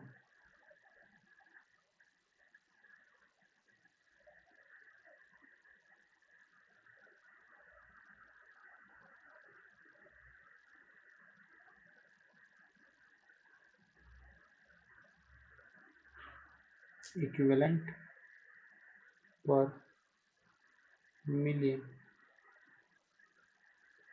Of calcium,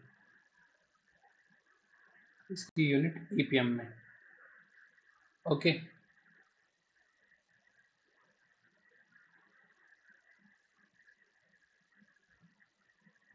okay. अगर इसमें बात करें, EPM equals to क्या होता है, concentrations milligram per litre upon में equivalent wait,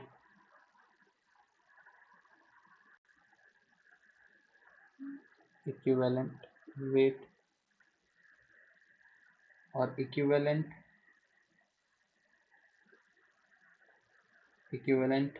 wait is equal मोलिकुलर्स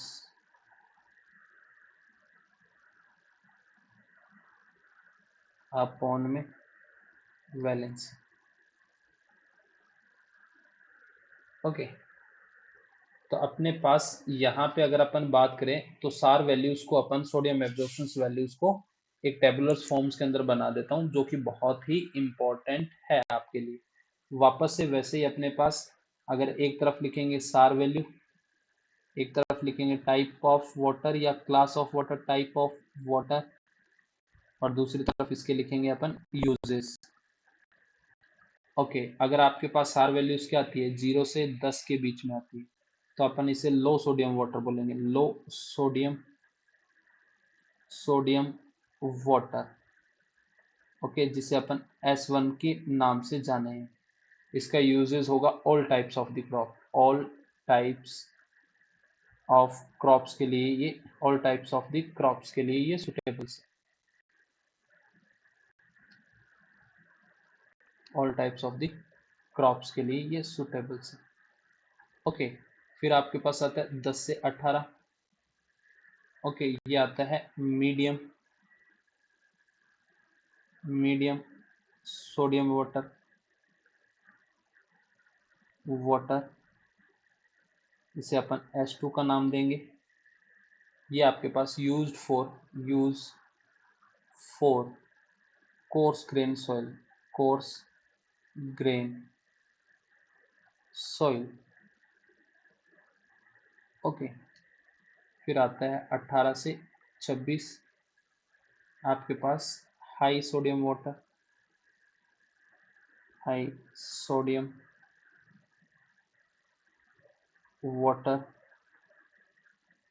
जिसे अपन S3 का नाम देते हैं। ठीक है, may be harmful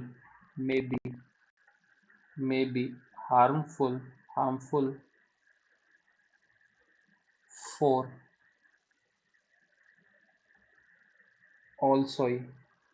all soil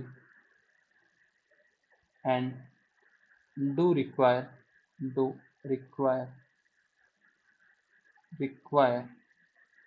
good drainage,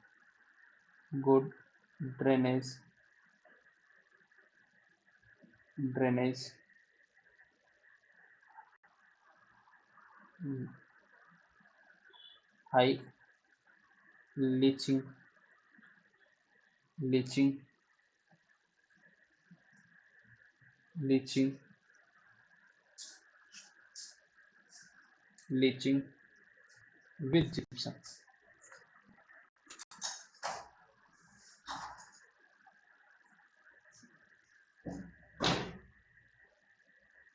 फिर आता है greater then 26, very high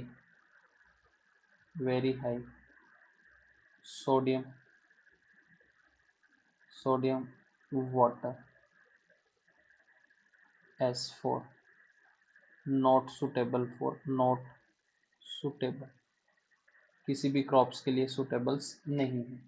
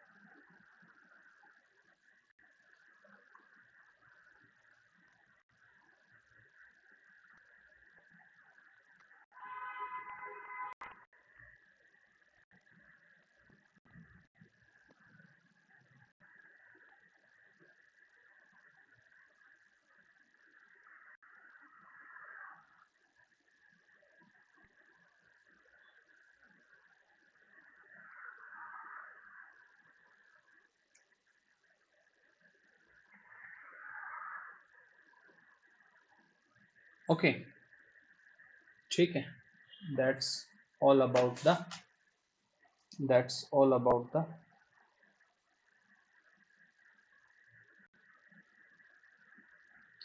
okay, ठीक है।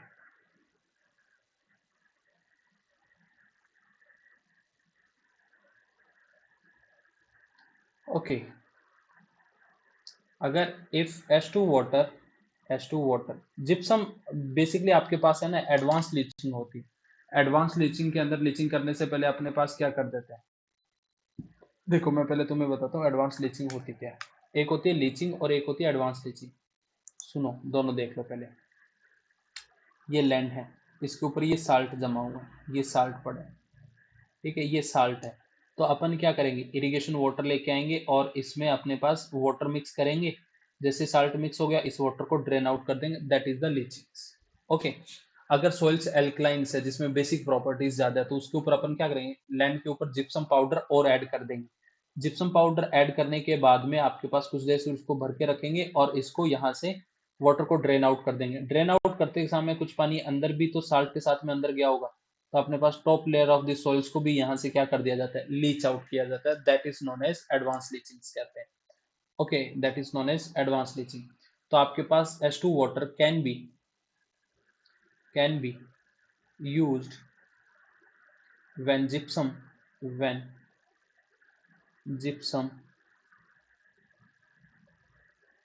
is added. Okay,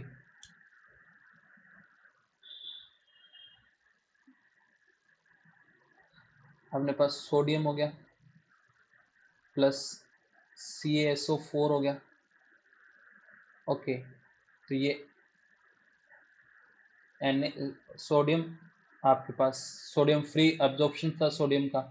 तो अपन ने जैसे जिप्सम ऐड किया तो कैल्शियम सल्फेट के साथ में आपके पास ये सोडियम सल्फेट बना देगा, Na2SO4 बना देगा, और प्लस क्या हो गया, कैल्शियम फ्री हो गया। तो आपके पास सोडियम का प्रोपोर्शन क्या हो गया, एज कंपेयर टू वैसे अदर कंपाउंड्स के कंपेरिजनली देखा जाएगा तो क्या हो जाएगा, डिक्रीज हो जाएगा।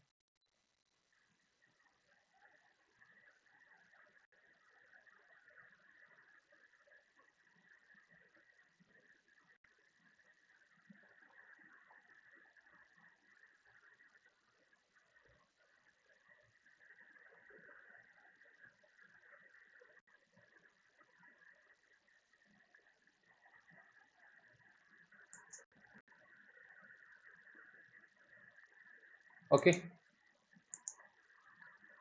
कोई दिक्कत नहीं, कोई शक। ओके, चलो अपने पास क्लासिफिकेशन ऑफ सलाइंस और एल्कलाइंस सॉइल्स का देखते हैं। अगर सलाइन टाइप्स की होगी तो अपने पास सैंडस्टोन या लाइमस्टोन अपन यूज करते हैं। एल्कलाइंस होगी तो अपने पास क्या यूज करते हैं, अपने पास जिप्सम यूज करते हैं for the advance leaching. Classification classification of saline and alkaline soils.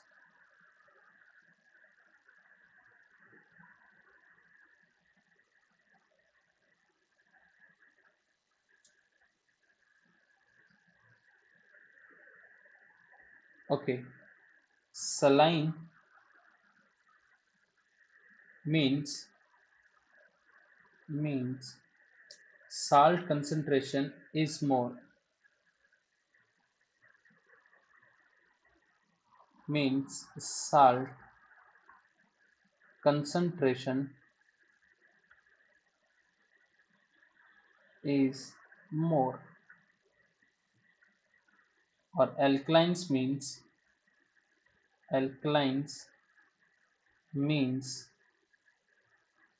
sodium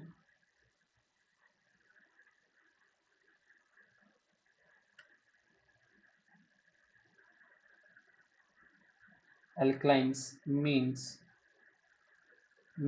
sodium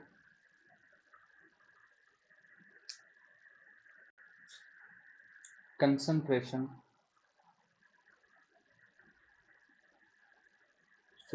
is more.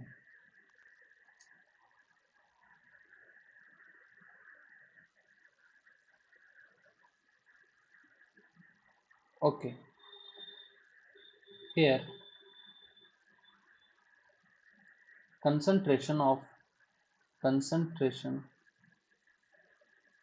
of sodium with respect to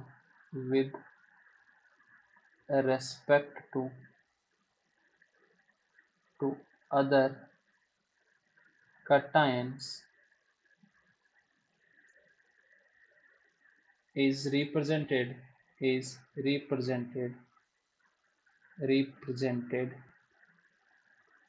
as in terms of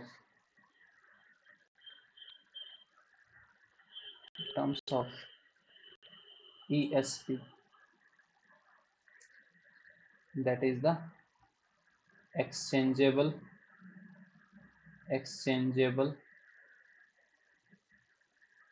sodium percentage, sodium या बेस एक्सचेंज रिएक्शन है ना, basic acidic basic वाला है ना, sodium exchangeable sodium percentage.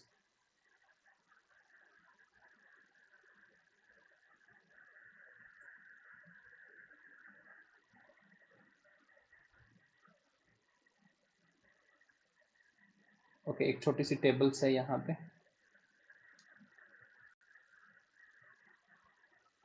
मैं लिख रहा हूँ सॉइल,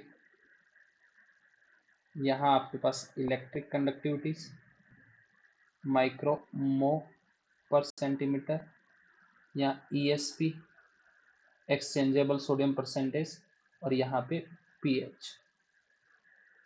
ठीक है, नंबर वन पे आपके पास आती है आपके पास सलाइन सॉइल्स। तो इसमें electric conductivity should be greater than 4000, exchangeable sodium percentage is less than 15%, और pH value should be less than equals to 8.5। वहीं नंबर टू पे आती है आपके पास एल्कलाइंस।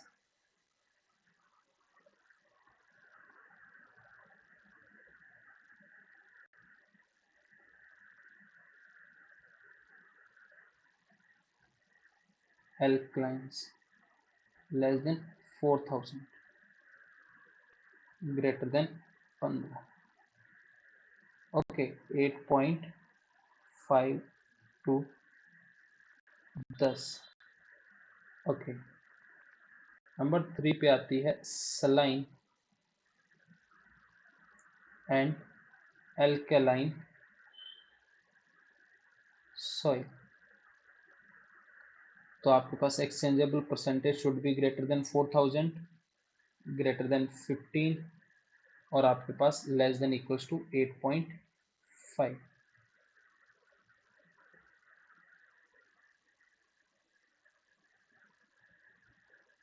ओके,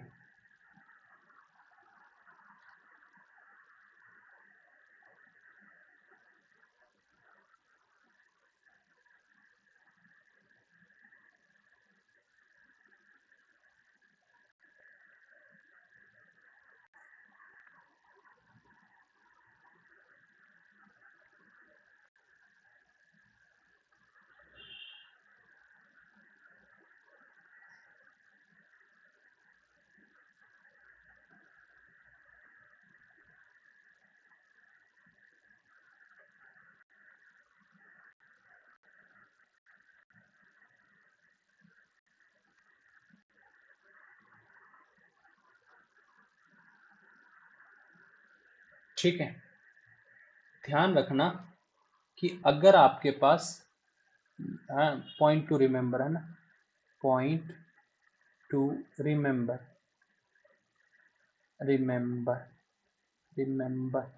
ओके, अगर आपके पास साल्ट कंसंट्रेशन बढ़ता है तो आपके पास इलेक्ट्रिक कंडक्टिविटीज क्या होगी, बढ़ेगी। और अगर आपके पास सोडियम का प्रोपोर्शंस बढ़ेगा तो आपके पास एक्सचेंजेबल आपके पास सोडियम परसेंटेज की वैल्यूज क्या होगी, बढ़ेगी। ठीक है,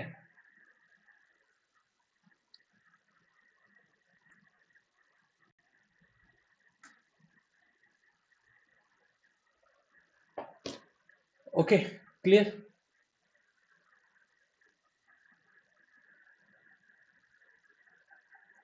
दैट्स ऑल। ओके, चलो एक क्वेश्चंस करवा देता हूं मैं तुम्हें, इससे सार वैल्यू से रिलेटेड।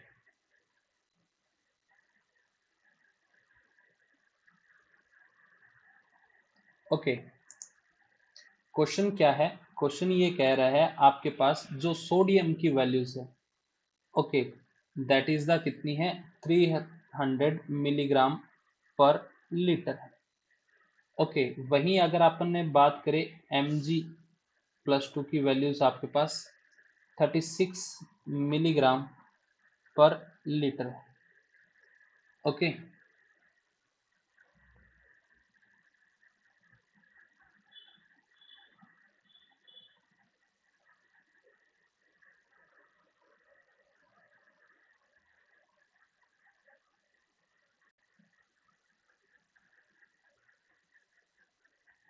ओके, और वहीं अगर अपन बात करें कैल्शियम की वैल्यूज, तो आपके पास कितनी है, 80 मिलीग्राम पर लीटर से। ओके, कैलकुलेट कैलकुलेट सार value for irrigation water, water. ठीक है, तो अपन को यहाँ वैल्यूज किसकी फॉर्म में दे रखे हैं, सॉल्यूशन दे रखा है अपन को कंसंट्रेशन की फॉर्म में। किसकी फॉर्म में दे रखा है, कंसंट्रेशन के। तो अपने पास अगर ईपीएम अपन को चाहिए, पार्ट्स पर बिलियंस में चाहिए ना, तो ईपीएम में चाहिए, तो अपन क्या कर दें, कंसंट्रेशन अपॉन में इक्विवेलेंट वेट। तो अपने पास सार, तो सार वैल्यू इज इक्वल टू क्या था अपने पास, सोडियम अपॉन में under root calcium plus magnesium plus divide by 2। तो सोडियम की वैल्यूज कितनी है, 300। ओके, 300 इक्विवेलेंट वेट कितना है, 23। Okay, divide by under root calcium का आपके पास कितना है, आपके पास, ओके, कैल्शियम का आपके पास क्या है, +2 है। तो कैल्शियम का इक्विवेलेंट वेट कितना होता है, 36। 36 डिवाइड बाई 2 प्लस में, अब मैग्नीशियम का कितना हो गया, 40 डिवाइड बाई 2। ओके, नहीं नहीं, 40 कहाँ से हो गया, ओ 80 डिवाइड बाई 42 होगा ना। ओके, एक सेकंड। तो अपने पास कितना है, इक्विवेलेंट वेट तो कितना है, कंसंट्रेशन है 36, और इक्विवेलेंट वेट कितना है आपके पास, 24, हाँ 24/2।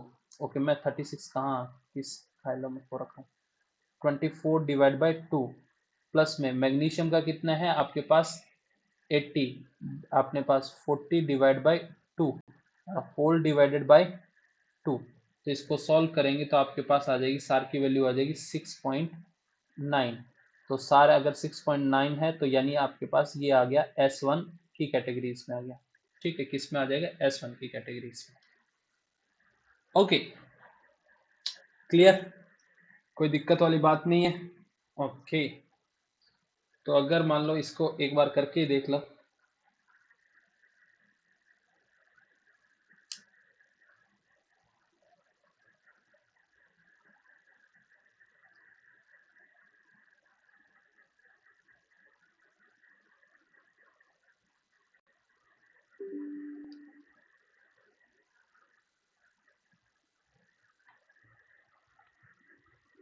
एक second, battery charge laptop. Okay,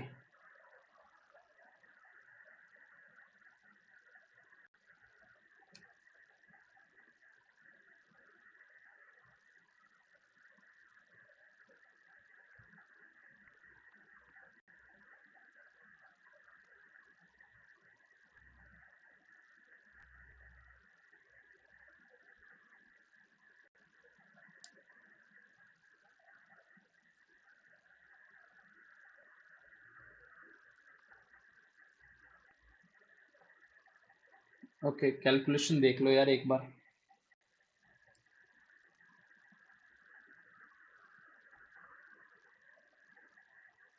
ये तो 23/1 है ना, N1। ओके,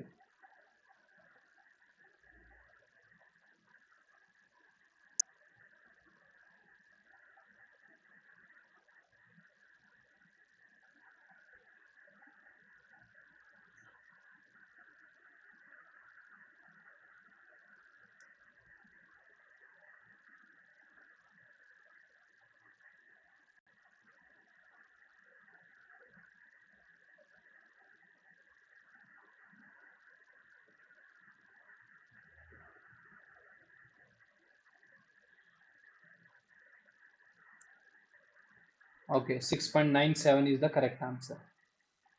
ओके, करेक्ट है कैलकुलेशन, कोई दिक्कत वाली बात नहीं है ना। ओके, कुछ एक छोटी छोटी चीजें और हैं अपने पास, छोटे छोटे इंग्रेडिएंट्स हैं, उनके बारे में और लिख देता हूं मैं, और जल्दी जल्दी इस चैप्टर को अपन यहीं पे खत्म करते हैं।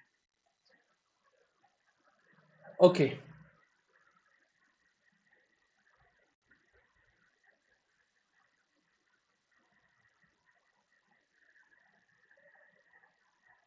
ओके नेक्स्ट आपके पास लास्ट अपन कितने नंबर लिखा था? ओके, 3 नंबर लिखा था ना, 4 number.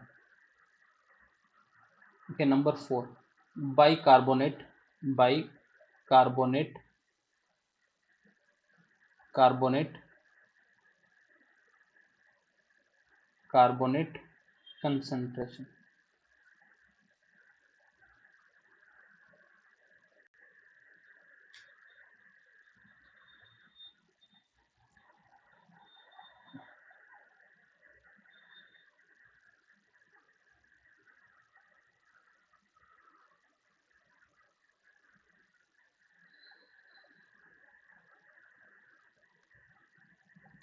Okay, high concentration of high concentration of high concentration of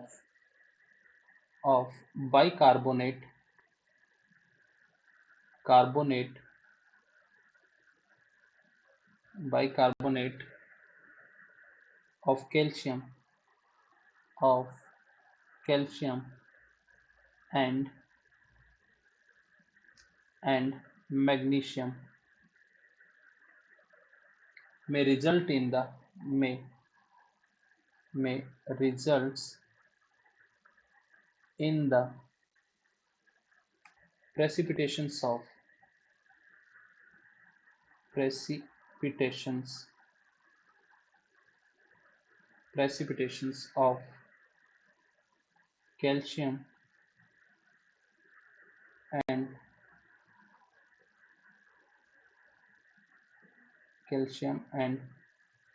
magnesium. Calcium किसकी फॉर्म में आएगी? कैल्शियम कार्बोनेट की फॉर्म में COCO3, या फिर अपने पास किसकी फॉर्म में आएगी? MgCOOH2 की फॉर्म में, बाइकार्बोनेट्स की।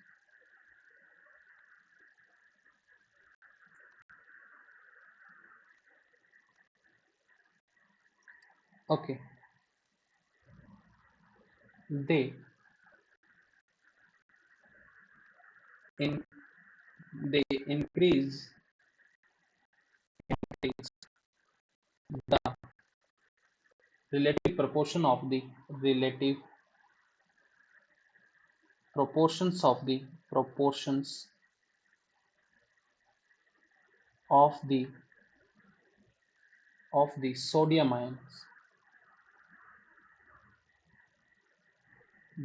ions. This will increase the this will increase the this will increase the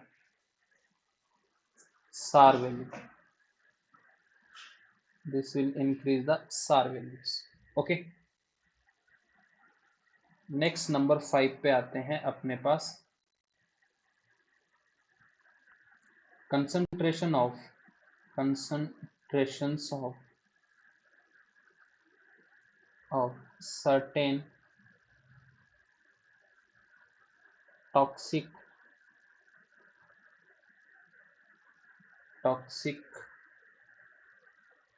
elements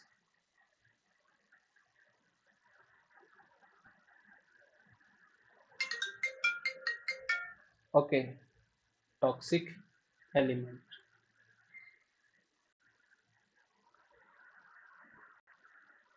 okay, चलो पहले नंबर 1 पे आता है आपके पास, इसमें आपके पास बोरॉन। ठीक है, बोरॉन आपके पास कुछ एक लिमिट्स तक तो बढ़िया है, उससे ज्यादा आपके पास बोरॉन अंटिल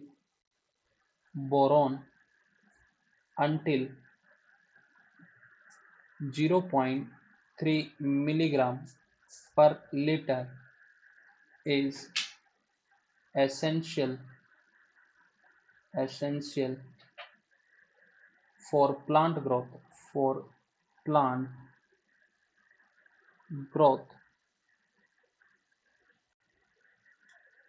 इसका जो सोर्स होता है, जो बोरॉन का सबसे बड़ा सोर्स होता है अपने पास, साबुन होता है ना, soap. Okay, if boron is greater than 2 milligram per liter, toxic and boron, if boron percentage is greater than 2 milligram per liter, then it should be toxic for some plants. Toxic for some plants. Okay, boron greater than 4 milligram per liter is toxic for all all plant. Okay, toxic for all plant. Okay, number 2 पे अगर अपन बात करें selenium, selenium selenium selenium present even in trace, ये थोड़ा सा भी हुआ ना तो भी हार्मफुल है इसका, ये तो बिल्कुल एब्सेंट होना है। Selenium present even in trace, it is harmful for all plant. Okay, the last but not least is the bacterial contaminations.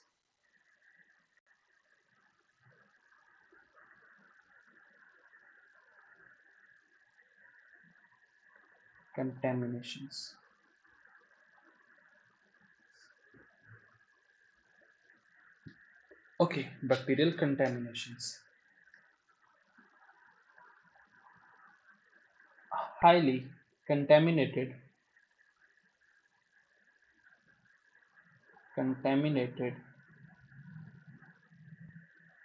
water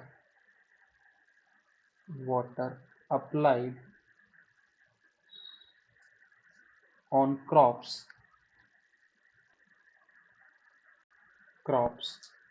may be affected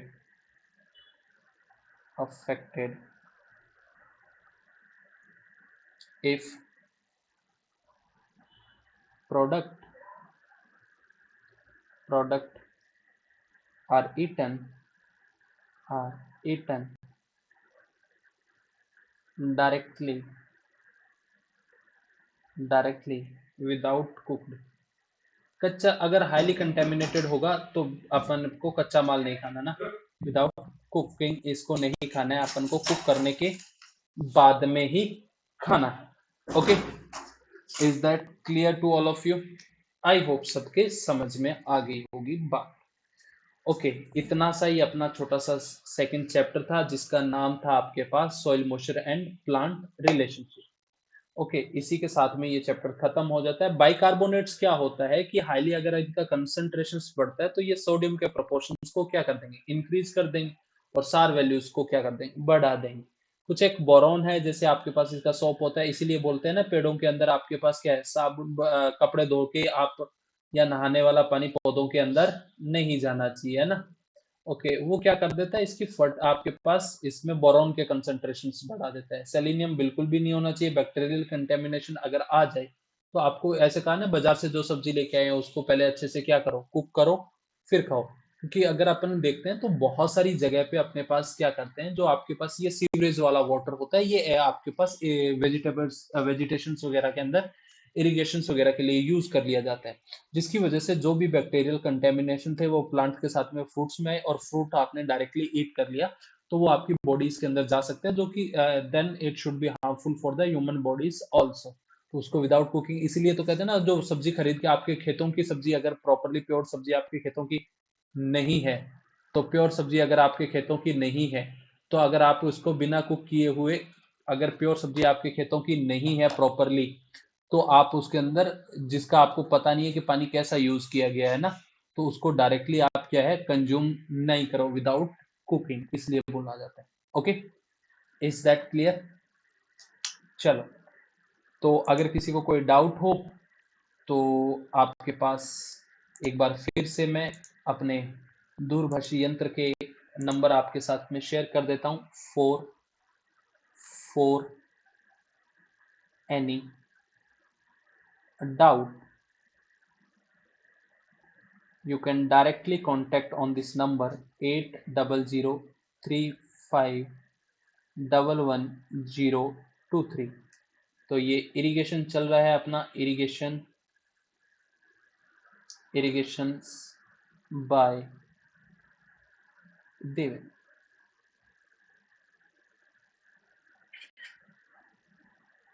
okay, चलो, ओके, तो किसी डाउट्स के लिए फॉर व्हाट्सअप ओनली है ना?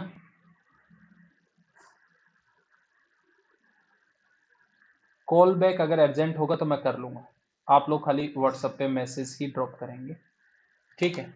तो thank you guys for being with us, I hope you enjoy the session. मिलते हैं जल्दी एक नए सेशंस के साथ में, तब तक के लिए टाटा बाय बाय, जय हिंद जय भारत।